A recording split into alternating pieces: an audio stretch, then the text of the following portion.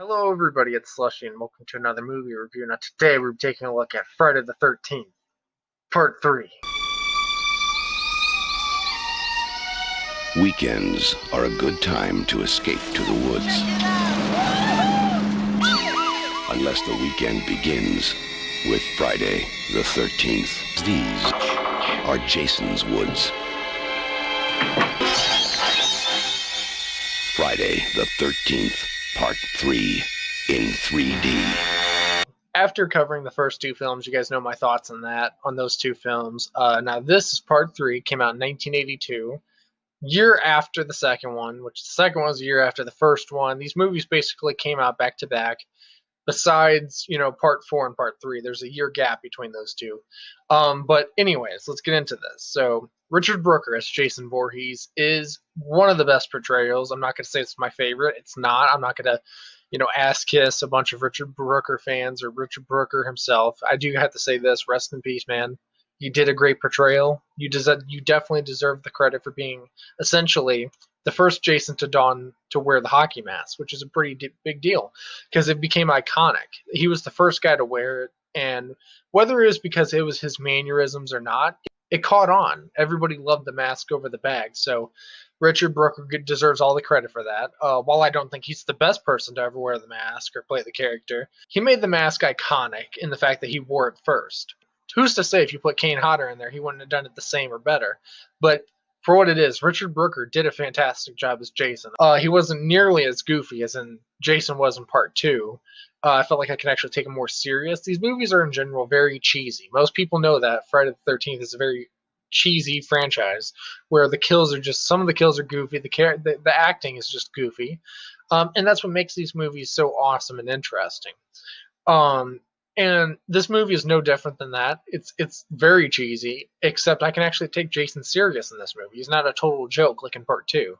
The story in this movie isn't as strong as in Part 2, but it's enough to be just a little bit better than Part 2 in my eyes. It's a very, very good slasher movie, I'll say that. This movie is just pretty much a generic slasher movie, but that's not necessarily a bad thing.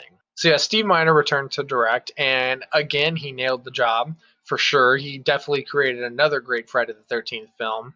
I think he just gets Friday the 13th. Honestly, I would have kept him as the director for most of the entries because you keep a director consistent, you're going to get very consistent outcomes. I just love Part 3.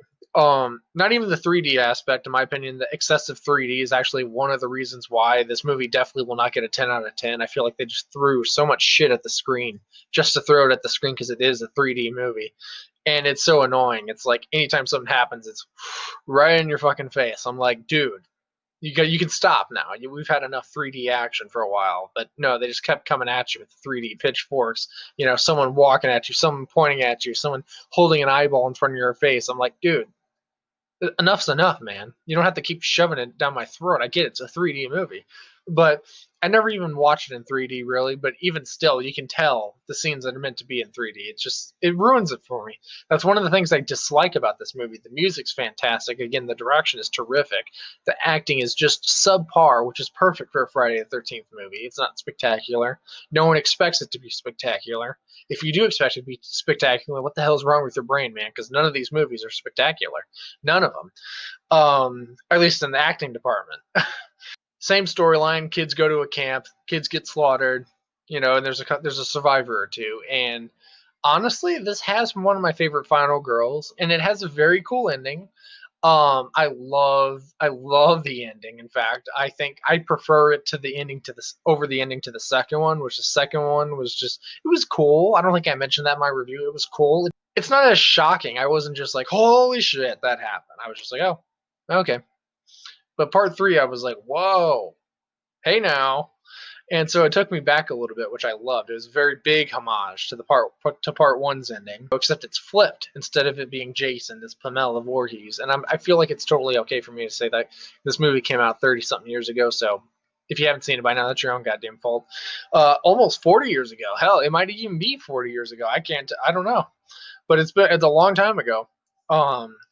So my general thoughts on this movie: it's a very well done Friday the 13th movie. Again, I really can't talk about much. It's a very to the basics type of movie.